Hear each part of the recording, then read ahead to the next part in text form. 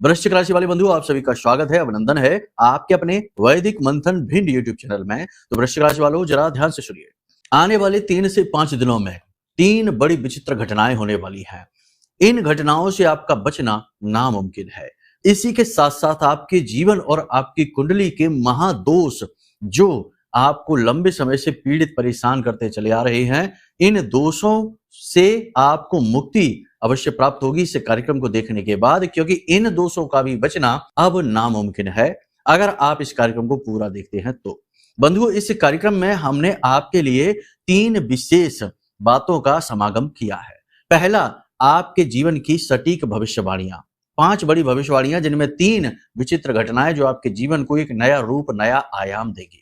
क्योंकि 15 सितंबर को शुक्र और बुध दोनों का ही राशि परिवर्तन हुआ है। बुध का राशि परिवर्तन बहुत विशेष है, अपनी ही स्वराशि में आए हैं, और शुक्र का भी बहुत ही खास है क्योंकि केतु के साथ बैठे हैं युति बनाकर। तो इनका आपके जीवन पर किस प्रकार से प्रभाव पड़ेगा जानना बेहद आवश्यक है। इसी के आधार पर आप फिर जो निर्णय लेंगे वे आपके जीवन को एक नया रूप देंगे, मुसीबतों से आपको बाहर निकलने में मदद करेंगे और साथ ही जीवन में उन्नति भी लेकर आएंगे। यह बात निश्चित है कि रुपए पैसे का स्वामित्व शुक्र के पास है। सुख, समृद्धि, प्रेम, दाम्पत्य सुख, लव लाइफ, प्रेमी जीवन का भी जो स्वामित्व है वह शुक्र के पास है। जब शुक्र केतु के साथ बैठा है तो निश्चित तौर पर इन पर नेगेटिव प्रभाव पड़ने वाला है। कौन से हैं वो नेगेटिव प्रभाव और इन प्रभावों से आप मुक्ति कैसे प्राप्त करेंगे, यानी कि प्रभाव पड़ने को ही आप कैसे रोक पाएंगे, कौन सी क्रियाएं, कौन से उपाय हैं, इनके बारे में भी आपको हम बताएंगे। यह आपको जानना बेहद आवश्यक है। इसी के साथ साथ कुंडली में मौजूद एक ऐसा दोष, एक ऐसी निगेटिव स्थिति जिसके बारे में आपको बताएंगे, फिर उसके विशेष समाधान बताएंगे और एक ऐसा महा उपाय बताएंगे जो हमारे अपने व्यक्तिगत जीवन के अनुभव पर आधारित है। इस उपाय को करने से इस दोष से भी मुक्ति प्राप्त होगी और इस पितृपक्ष में ही आपकी जीवन की दिशा परिवर्तित हो जाएगी गारंटी के साथ। पितृपक्ष समाप्त हो इससे पहले पहले इन बातों को जानकर इन्हें जीवन में उतार लेना अत्यंत बुद्धिमानी का कार्य होगा। बंधुओं, अंग्रेजी में एक बहुत बड़ी कहावत है जो एस्ट्रोलॉजी की शक्ति को बताती है। कहावत इंग्लिश में है लेकिन आपको हिंदी में बता देते हैं कि लखपति एस्ट्रोलॉजी को प्रयोग नहीं करते, ना ही उसमें विश्वास करते हैं, लेकिन करोड़पति अवश्य ही इसमें विश्वास भी करते हैं और इसका प्रयोग भी करते हैं। तो ये कहावत इसीलिए बनी है क्योंकि जीवन में उन्नति के श्रेष्ठतम शिखर पर यदि पहुंचना है तो ग्रहों को समझना, समय और काल को समझना और समय की मांग को पूरा करना अत्यंत आवश्यक है। जो नहीं समझता वो अक्सर उसी प्रकार संघर्ष करता है जैसे नदी की धारा के विपरीत कोई तैरने का प्रयास कर रहा हो, हवा की दिशा के विपरीत कोई भागने का प्रयास कर रहा हो। मेहनत बहुत अधिक होती है, संघर्ष अति विषम हो जाता है और उपलब्धियां ना के बराबर होती हैं, और फिर लोग कहते हैं कि गुरुजी हमने पूरा जीवन बहुत कठोर परिश्रम किया, किसी के साथ कोई गलत अनर्थ नहीं किया, फिर भी हमारे जीवन में ना जाने क्यों कुछ भी हमें आज तक हासिल नहीं हो पाया, सब कुछ ज्यों का त्यों है, यानी कि शून्य के शून्य ही है। या कभी कभी ऐसा होता है कि समय विपरीत धारा में प्रवाहित होता है और लोग समझ नहीं पाते, तो जिन्होंने बहुत अच्छा जीवन जिया एक उम्र के पड़ाव तक, अचानक से कुछ ऐसा हुआ कि जीवन तुरंत धड़ाम से नीचे आ गिरता है और लोग शून्य हो जाते हैं। यानी जीवन के 40, 45, 50 वर्ष की अवस्था तक तो बहुत अच्छा जीवन था, लेकिन फिर कुछ ऐसी घटना घटित हो गई अचानक से कि तुरंत जीवन निराशाजनक हो गया, बर्बाद हो गया और लोग जमीन पर आ गए, यानी कि बर्बाद हो गए, कंगाल हो गए। कारण चाहे कोई भी रहा हो, लेकिन समय ने कुछ ऐसा परिवर्तन किया जिसकी वो समझ नहीं रखते थे और उसी तरीके से जीवन को चलाते रहे जैसे चलता रहा। लेकिन कुछ जरूरी काम करने थे, कुछ जरूरी क्रियाएं करनी थी, कर लेते तो बच जाते। तो यही हम आपको कहने की कोशिश कर रहे हैं कि जो हम आपको इस कार्यक्रम में बता रहे हैं या अपने अन्य किसी कार्यक्रम में भी बताते हैं, वे समय के अनुरूप की जाने वाली क्रियाएं हैं, समय की मांग को पूरा करने की कोशिश है। जो इन बातों को गंभीरता से लेते हैं वे स्टेप बाय स्टेप आगे बढ़ते हैं। बहुत सारे ऐसे जातक हमसे जुड़े हुए हैं, लंबे समय से जुड़े हैं, जो बहुत बुरी स्थिति में रह रहे थे, लेकिन उन्होंने धीरे धीरे हमें फॉलो करना शुरू किया, हमारी बात मानना शुरू किया, तो आज वो बहुत मजबूत स्थिति तक पहुंच गए। लाखों के कर्जे चुक गए, जिनका विवाह नहीं होना था वो विवाह हो गया और जिनकी तलाक की स्थिति बन रही थी वो स्थिति समाप्त हो गई, प्रेम पूर्वक जीवन जी रहे हैं। ये प्रभाव होता है जब हम नियमबद्ध तरीके से कोई कार्य करते हैं और समय और काल के परिवर्तनों को समझते हैं। वरना तो फिर तकलीफें आएंगी ही और आपको रौंद कर निकल जाएंगी, आप समझ भी नहीं पाएंगे। कहने का मतलब यह है कि आज का ये कार्यक्रम बहुत आवश्यक है। 2 बड़े ग्रह गोचरों की चर्चा होगी, आपकी कुंडली, आपके चार्ट की चर्चा होगी और आपको बताए जाएंगे दोष निवारण और एक बहुत बड़ा दोष जिसका हमारे जीवन के अनुभव के आधार पर उपाय बताएंगे। इनको समझ लो और उसके बाद जीवन में उपयोग करो, फिर कुछ दिन में बताना कि परिवर्तन किस प्रकार से आया है। चेहरे पर मुस्कुराहट आएगी, इस बात की 100% गारंटी है। ये हम कह रहे हैं अपनी जिम्मेदारी के साथ, ठीक है। कार्यक्रम को अंत तक जरूर देखना। चलिए अब अपने मूल विषय को शुरू करते हैं। महामाई को याद करते हुए कमेंट बॉक्स में पूरे भक्ति भाव के साथ लिख डालिए, जय मां भद्रकाली कृपा करो।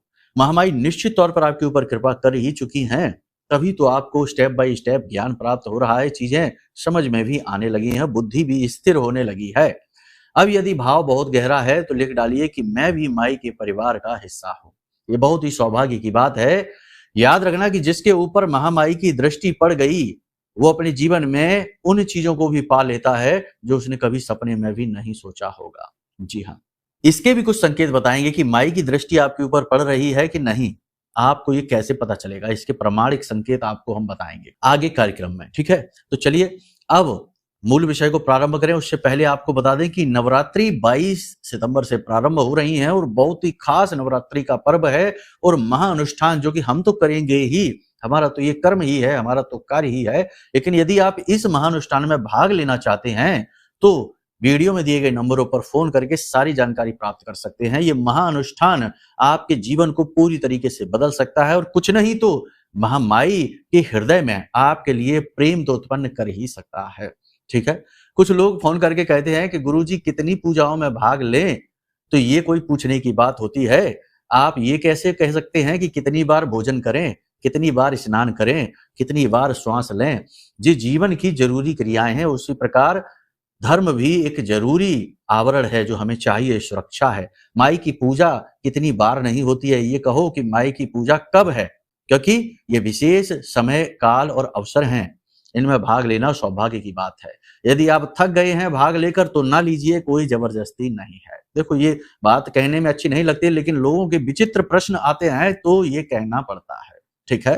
कोई जबरदस्ती नहीं है, आपकी इच्छा स्वेच्छा है। बाकी माई का ये दास तो माई की सेवा में लगा ही है, ये तो करेगा ही आजीवन।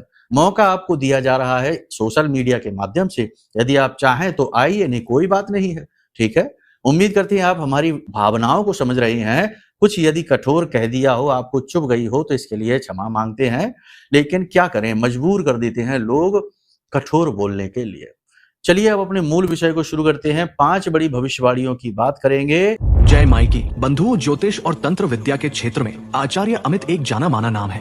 पूज्य गुरुदेव के साधनाओं और ज्योतिष विद्या के अनुभव बेहद दिव्य है। जी हाँ, पूज्य गुरुदेव ने जिसकी भी कुंडली का विश्लेषण किया और कुंडली के अनुसार उसे सटीक उपाय व महामाई माँ बगलामुखी की विशेष कृपा दी, उसके जीवन में सकारात्मक बदलाव तो आए ही है। फिर चाहे समस्या कितनी ही कठिन क्यों ना हो, समाधान तो अवश्य हुआ है। अब ऐसे में यदि आप भी अपने जीवन की किसी बड़ी समस्या से जूझ रहे हैं, जैसे कि कर्जा बढ़ता ही जा रहा है, काम धंधा और व्यापार सब रुक चुका है, रिश्ते नातों में तनाव हद से ज्यादा बढ़ गया है, पूरा जीवन ही नकारात्मकताओं से भर गया है, तो ऐसे में यही सही समय है जब आप श्रेष्ठ गुरु से मार्गदर्शन प्राप्त करें और जीवन के अंधकार को समाप्त कर दिव्य प्रकाश की ओर कदम बढ़ाएं। वीडियो में दिए गए नंबरों पर तुरंत संपर्क करिए और अपनी कुंडली का विश्लेषण व समाधान पूज्य गुरुदेव के द्वारा करवा लीजिए। देर ना करें, आपके देवी देवताओं के आशीर्वाद से ये मौका खुद चलकर आपके पास आया है, इसे गंवाना नहीं है।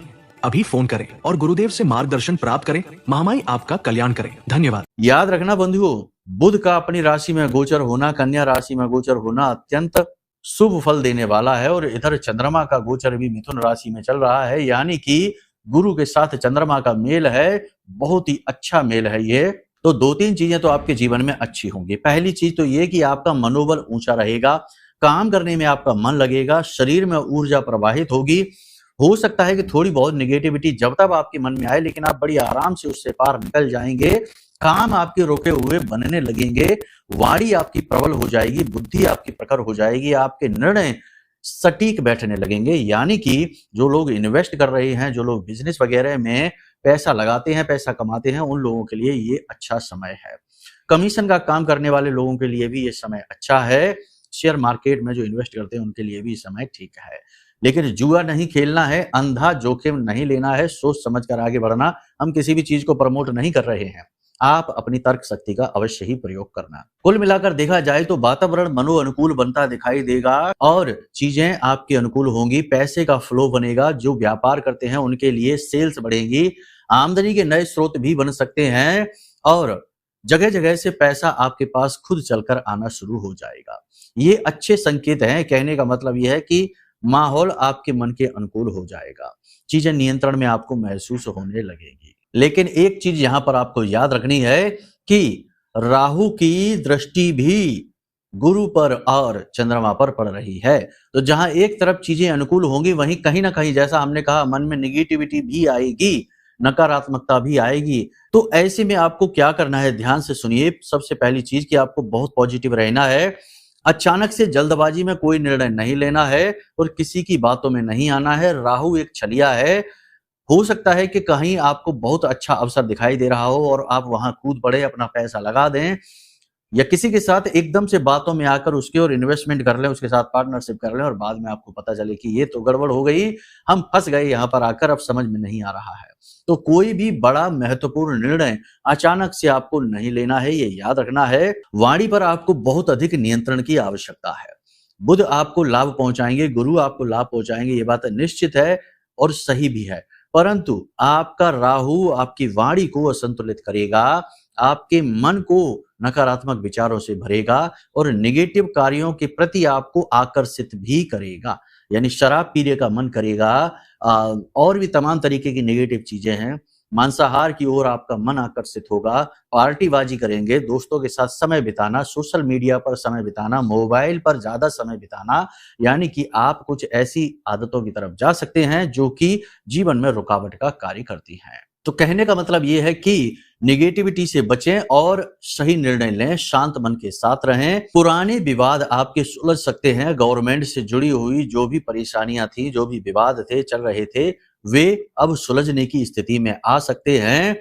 बस आपको पॉजिटिव अप्रोच रखनी है, घूस रिश्वत ना तो लेनी है ना ही देनी है। नेगेटिव कार्य करने के यदि अवसर प्राप्त हो जाते हैं तो उन अवसरों से आपको दूरी बनानी है। शुक्र के गोचर की बात करें तो केतु के साथ शुक्र का गोचर सिंह राशि में 15 तारीख को हो रहा है, हो चुका है। ठीक है, कहने का मतलब ये है कि अब यहाँ पर 2-3 प्रकार की समस्या बनेगी। पहला तो ये कि अचानक कोई बड़ा खर्चा आ सकता है, आप पैसे को लेकर कोई बड़ा फैसला ले सकते हैं जिसके लिए आपको बाद में पछताना पड़ेगा। इसी के साथ साथ अपने रिलेशनशिप, जीवन साथी के साथ, पार्टनर के साथ आपको बहुत अच्छे रखने होंगे। खास तौर से पुरुष सदस्यों को अपने जीवन संगिनी का सही साथ देना होगा, उनके मन को समझना होगा, वरना वैवाहिक जीवन में क्लेश हो सकता है। प्रेमी जीवन के साथ भी नेगेटिविटी हो सकती है, क्योंकि केतु के साथ जो भी ग्रह बैठता है, केतु उसके सुखों को जातक के जीवन में आने नहीं देता है। संतान की तरफ से भी थोड़ी बहुत टेंशन परेशानी हो सकती है, लेकिन आप चीजों को नियंत्रित आसानी से कर पाएंगे क्योंकि बुद्धि आपकी प्रखर होगी, मंगल आपके अनुकूल हैं, आप मंगल की ऊर्जा का प्रयोग करेंगे। गुरु और चंद्र तो खैर हैं ही। कहने का मतलब यह है कि ये समय और काल आपके अनुकूल है। इस समय और काल में आप 3-4 बड़े कार्य कर सकते हैं। बिजनेस में किसी प्रकार का बड़ा फैसला ले सकते हैं। किसी नए काम को आप शुरू न करें, ये बात निश्चित है, पितृपक्ष चल रहे हैं, लेकिन आप चलते हुए काम में कोई बड़ा फेरबदल कर सकते हैं। नौकरी में आपको मान सम्मान मिलेगा, पदोन्नति भी मिल सकती है, उच्च अधिकारियों से बनाकर चलना है। अपने पैसे को पकड़ कर रखें, फिजूल खर्ची ना करें, पैसा आपका खिसक सकता है। स्वास्थ्य को लेकर कहें तो कमर में दर्द, पीठ में दर्द की समस्या, जॉइंट्स में दर्द की समस्या हो सकती है और पेट में दर्द भी हो सकता है। शुगर के मरीजों के लिए थोड़ा ज्यादा सावधानी रखने की आवश्यकता है। पुरानी कोई एलर्जी भी उखड़ सकती है, तो थोड़ा इन चीजों के लिए आप अलर्ट रहिए। स्किन पर किसी प्रकार के आपको इन्फेक्शन हो सकते हैं, किसी प्रकार की एलर्जी वगैरह भी उभर सकती है, तो थोड़ा सा इसके लिए आप सावधान रहें। खान पान का विशेष ख्याल रखें, ये अत्यंत आवश्यक है। विशेष यात्राएं भी हो सकती है, अचानक से पड़ने वाली कोई यात्रा, कामकाज से जुड़ी हुई यात्रा भी हो सकती है। अगर हो तो आपके लिए अच्छी रहेगी, कामयाब यात्रा रहेगी। किसी तीर्थ यात्रा पर भी आप जा सकते हैं, मंदिरों वगैरह में भी जा सकते हैं। भगवान के प्रति आपका रुझान बढ़ेगा, धार्मिक अनुष्ठान में आपकी रुचि बढ़ेगी। आप किसी विशेष प्रकार का अनुष्ठान, पूजा पाठ करते हुए दिखाई दे रहे हैं। 2-3 चीजों का विशेष ख्याल रखें, वाणी पर पूरा नियंत्रण रखें। इस बीच गाड़ी वगैरह बहुत संभल कर चलाएं, पैसे को पकड़ कर रखें और अपनी सेहत का ख्याल रखें। दोस्तों के साथ कम समय बिताएं, समय खराब ना करें। जब भी आप कहीं कोई भी काम कर रहे हैं तो एक बार अपने आप से ये प्रश्न अवश्य पूछें कि जो कार्य आप कर रहे हैं क्या ये काम आपके लिए आवश्यक है अभी इस समय पर? जितना समय आपने इसमें दे दिया है क्या इतने समय की जरूरत थी यहाँ पर? ऐसे करके आप अपने आप को ही सेल्फ एनालिसिस करें, अपना आत्म मंथन जारी रखें। इससे आप सजग रहेंगे और श्रेष्ठ निर्णय लेने में सक्षम रहेंगे। ठीक है। काम करने की अधिकता की वजह से आपका स्वभाव थोड़ा-सा नीरस हो जाएगा, थोड़े थके हुए भी आप रह सकते हैं, परिवार पर कम ध्यान दे पाएँगे, परिवार के सदस्य आपसे अधिक समय की माँग करेंगे, आपके साथ समय बिताना चाहेंगे, लेकिन आप समय दे नहीं पाएँगे। इस बात का आपके मन में थोड़ा-सा खेद अवश्य रहेगा, लेकिन इसकी भरपाई करने की आप पूरी कोशिश करेंगे। अगले 3 से 5 दिनों में परिवार के साथ आप कहीं घूमने जा सकते हैं, थोड़ी बहुत आउटिंग वगैरह कर सकते हैं, ये एक अच्छी चीज़ है। इससे आपका भी मूड सही होगा और परिवार के सदस्यों का भी मन सही रहेगा। अब बात करते हैं, जो बातें हमने बताई हैं उनमें अधिकतर बातें अच्छी हैं, लेकिन हो सकता है कि किसी के जीवन में इसका ठीक उल्टा हो। ऐसा क्यों? ऐसा इसलिए कि अगर उसकी कुंडली में गुरु की स्थिति अच्छी नहीं है, चंद्रमा की स्थिति अच्छी नहीं है जन्म पत्री में, यानी गुरु पाप ग्रह से पीड़ित है, राहु से पीड़ित है, गुरु शनि का मेल बना हुआ है, या फिर शुक्र राहु से पीड़ित है, या फिर किसी प्रकार का शुक्र का नीच प्रभाव है, यानी नीच का शुक्र है या अस्त है, तो उसे इन ग्रह गोचरों का लाभ बिल्कुल भी प्राप्त नहीं होगा। साथ ही यदि उसकी कुंडली का 11वां भाव, 10वां भाव और दूसरा भाव पाप ग्रहों से प्रभावित है या दृष्टिगत है, तो भी उसके जीवन में इन ग्रह गोचरों का या अच्छे समय का कोई खास लाभ दिखाई नहीं देगा। लग्न दोष यदि है तो उसे इस समय और काल पर स्वास्थ्य को लेकर कठिनाइयां और अधिक हो सकती हैं, मन में नेगेटिविटी और अधिक भर सकती है। तो अब ऐसी स्थिति में आपको हम यही सलाह देंगे कि आप अपनी कुंडली का आकलन अवश्य करवा लीजिए, क्योंकि कुंडली का आकलन करवाने से आपको पता चल जाएगा कि आपके खुद के जीवन में जो कुछ भी चल रहा है उसका जिम्मेदार कौन है। अभी जो बातें हम बता रहे हैं वो तो सिर्फ आपकी राशि की जानकारी है, और एक ही राशि के लाखों करोड़ों लोग होते हैं, तो सबका जीवन एक जैसा नहीं चलता। किसी का अच्छा, किसी का बुरा, ठीक उसी समय पर चल रहा होता है। तो कहने का मतलब यहाँ पर यह है कि राशि का जो ग्रह गोचर हैं उनका थोड़ा बहुत प्रभाव रहता है। अगर कुंडली में वो ग्रह अच्छी स्थिति में बैठे हुए हैं तो और अधिक प्रभाव देते हैं। तो अब ऐसे में जब आप अपनी कुंडली का आकलन करा लेंगे तो आपको अपने व्यक्तिगत जीवन के बारे में बड़ी गुप्त और रहस्यमयी बातें पता चल सकती हैं जिन्हें आप जानते ही नहीं हैं। जैसे कौन से दोष हैं जो आपके बाधक हैं, कौन सी ऐसी योग युतियां हैं जिनका आप फायदा लेकर अचानक से तरक्की हासिल कर सकते हैं। तो ये बड़ी बातें, विशेष बातें हैं, ये तो तभी पता चलेंगी जब कुंडली का आकलन कराएंगे। तो करा लीजिए, नंबर वीडियो में दिया गया है, इन नंबरों पर फोन करिए और तुरंत अपना कुंडली का आकलन कराकर जो योग युतियां हैं, दोष हैं, उनके आधार पर सटीक उपाय प्राप्त करके और तुरंत से अपने जीवन की बाधाओं से मुक्ति प्राप्त कर लीजिए। हजारों लोगों ने प्राप्त की है, तो आपकी भी बारी। अब कुछ लोग यहाँ पर ये प्रश्न करते हैं कि गुरुजी, हमें अपनी डेट ऑफ बर्थ पता नहीं है, हमारे पास अपनी पत्री की डिटेल नहीं है, तो हम कैसे अपने बारे में जाने? तो कोई बात नहीं है, आपका परिवार का कोई सदस्य हो जिससे आपका खून का रिश्ता हो, आपका बेटा बेटी है, आपका भाई है, आपका भतीजा है, जिसकी भी डिटेल है उसके आधार पर आपकी कुंडली निकाली जा सकती है। इसमें कोई बड़ी बात नहीं है। बहुत सारे लोगों की इस प्रकार की कुंडली आती है, तो आप भी इस प्रकार से जानकारी प्राप्त कर सकते हैं। कुल मिलाकर कई रास्ते हैं। प्रश्न कुंडली भी होती है, उसके आधार पर भी पता लगाते हैं। फोटो चारों तरफ की लेकर और फेस रीडिंग के आधार पर भी बताते हैं। कहने का मतलब यह है कि आपकी समस्या का समाधान आपको मिलेगा, लेकिन इसके लिए आपको जो वीडियो में नंबर दिए गए, इन नंबरों पर फोन करना होगा, तभी तो आपसे बात होगी, तभी तो पता चलेगा। तो आप फोन कर लीजिए, ठीक है। यहां तक सारी बात आपने समझ ली। अब बात करते हैं कि वो कौन सा दोष है जो जीवन को पूरी तरीके से बर्बाद कर देता है। देखो, एक बात समझो, वैसे तो हर एक दोष ही जो कुंडली में मौजूद है वो बर्बादी का कारण हो सकता है, लेकिन पितृ दोष एक ऐसा दोष है जो अगर आपकी कुंडली में है, आपके जीवन में है, तो आपको कभी आगे बढ़ने ही नहीं देगा। कई कार्यक्रमों में हम ये बात बता चुके हैं। पितृपक्ष अभी चल रहा है, तो इसकी चर्चा सबसे अधिक होनी चाहिए, क्योंकि ये वर्ष में एक बार आने वाला समय और काल है, और एक बार ये निकल गया तो फिर पूरी वर्ष जो स्थिति में आप हैं उसी स्थिति में फंसे रहेंगे पितरों की वजह से, ठीक है। तो अब आप समझिए कि पितृ दोष से यदि आप पीड़ित चल रहे हैं तो उसके क्या संकेत हैं। सबसे पहला संकेत ये है कि कोई भी एस्ट्रोलॉजर कुछ भी कह दे कि अच्छा समय आ गया, ये है, वो है, ग्रह गोचर है, आपके जीवन में 1% भी फर्क ना आना, सब कुछ ज्यों का त्यों चलते रहना। दूसरा ये है कि आपने चाहे कितना ही प्रयास कर लिया हो, अपनी पूरी ताकत लगा ली है, लेकिन आप जीवन में उन्नति हासिल नहीं कर पा रहे, जैसे कोई आपको रोक कर बैठा है। तीसरा यह है कि पैसा चाहे आप कितना ही कमा लीजिए लेकिन आपके पास रुकता किसी कीमत पर नहीं है, ठीक है। और चौथा संकेत यह है कि आपकी जो संतान है वो खराब होती जा रही है, यानी कि बच्चे स्वस्थ पैदा नहीं हो रहे हैं, बीमार रहते हैं, या बेटा नहीं है केवल बेटियां बेटियां हो रही हैं। तो ये संकेत हैं, और भी बहुत संकेत हैं लेकिन फिलहाल ये कुछ संकेत हैं। घर में क्लेश रहना, बीमारियां रहना, ये है, ठीक है। लंबे समय से यदि आप इन चीजों को देख रहे हैं और आप समझ नहीं पा रहे कि आखिर क्या है, क्यों है, तो 100% पितृदोष है।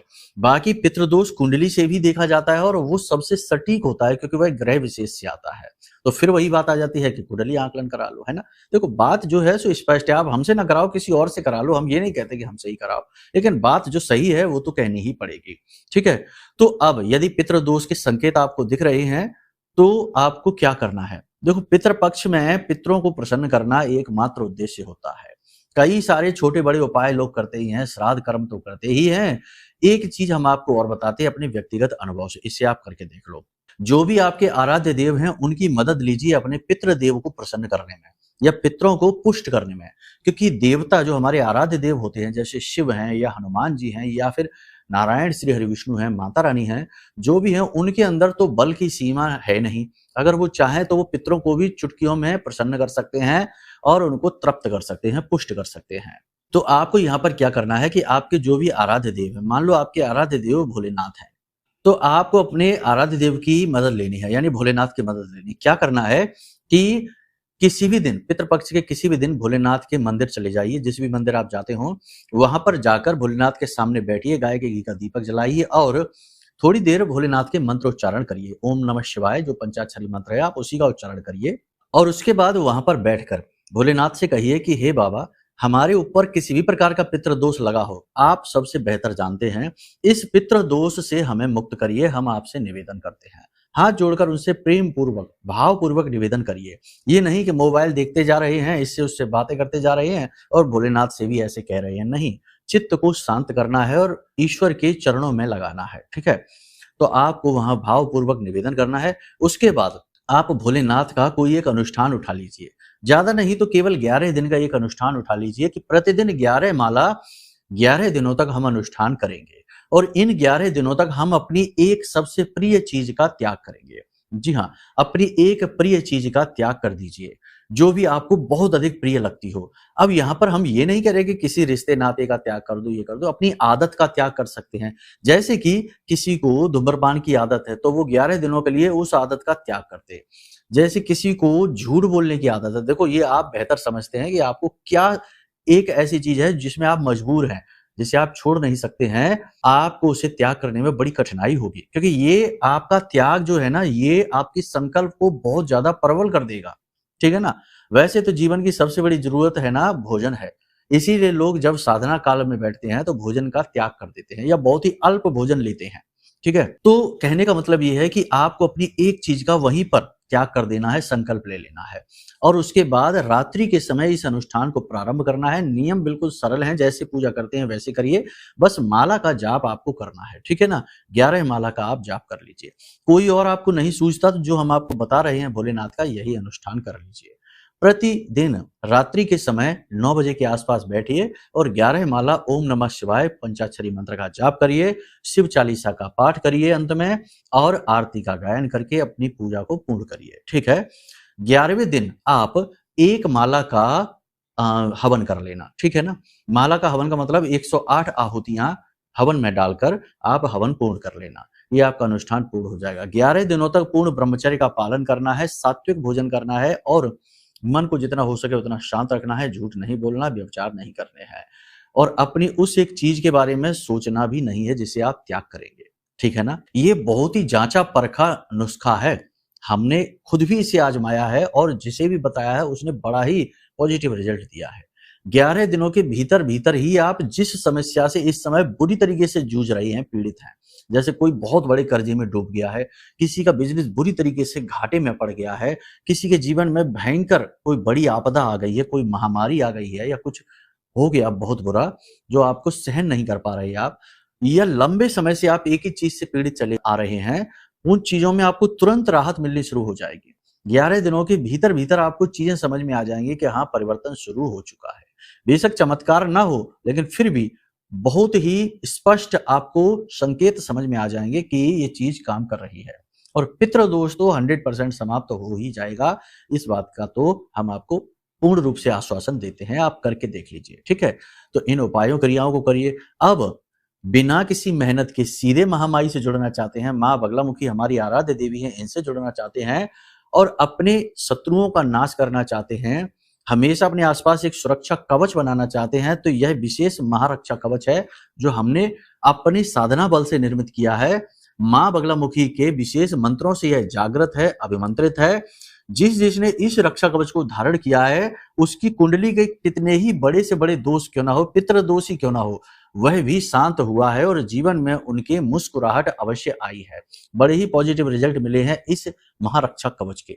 जिन्होंने लिया है वे खुद बताते हैं। तो एक बार आप इस महारक्षा कवच को भी मंगा सकते हैं, फिर आपको ये बड़ा अनुष्ठान करने की भी आवश्यकता नहीं है, क्योंकि ये महारक्षा कवच पूर्ण रूप से अनुष्ठानिक है और इसी तरह की समस्या से मुक्ति के लिए तैयार किया गया है, ठीक है। तो आप चाहें तो इसे भी मंगा सकते हैं, वरना आप स्वयं अनुष्ठान करके भी इस समस्या से मुक्ति प्राप्त कर सकते हैं। बस नियमों का विशेष ख्याल रखना, ठीक है। साधना खंडित नहीं होनी चाहिए, 11 दिन पूरे एक बार में पूर्ण होने चाहिए, एक भी दिन रुकनी नहीं चाहिए। इन चीजों का ख्याल रखना, क्योंकि ये कठिन मार्ग है, इसलिए हमने ये कवच बनाया ताकि आप लोग यदि नहीं कर पाते तो हम तो कर ही रहे हैं, प्रतिदिन की हमारी साधनाएं हैं, तो ये उन साधनाओं के बल को लेकर आपके पास आएगी, ठीक है। उम्मीद करते हैं सारी बातें आपने समझ ली हैं। अब यदि कोई मन में प्रश्न उठे या कुछ पूछना है, कुछ जानना है, तो नंबर वीडियो में दिया गया है, इन नंबरों पर फोन करिए, सारी जानकारी आपको प्राप्त हो जाएगी। चलिए बंधुओं, कार्यक्रम को यही विराम देते हैं। हमेशा हंसते रहिए, मुस्कुराते रहिए, सकारात्मक रहिए, महामाई पर अपनी आस्था और विश्वास बनाकर रखिए, क्योंकि आपका उद्धार वहीं से होना है। प्रेम से बोलिए जय माई की। हमारे प्रिय और परम पूज्य आचार्य जी ने अपनी साधनाओं के अनुभवों पर आधारित शक्तिशाली उपाय और क्रियाओं के माध्यम से हजारों लोगों के जीवन को पूरी तरह से बदला है। आचार्य जी के द्वारा बताया गया हर एक उपाय इतना सटीक और कारगर होता है कि जो भी इसे पूरे भाव के साथ कर लेता है उसे साक्षात महामाई की कृपा और आशीर्वाद प्राप्त हो जाती है। इसलिए निसंकोच इन उपायों को पूरे भाव के साथ करिए, आपका कल्याण होगा। जय माई की।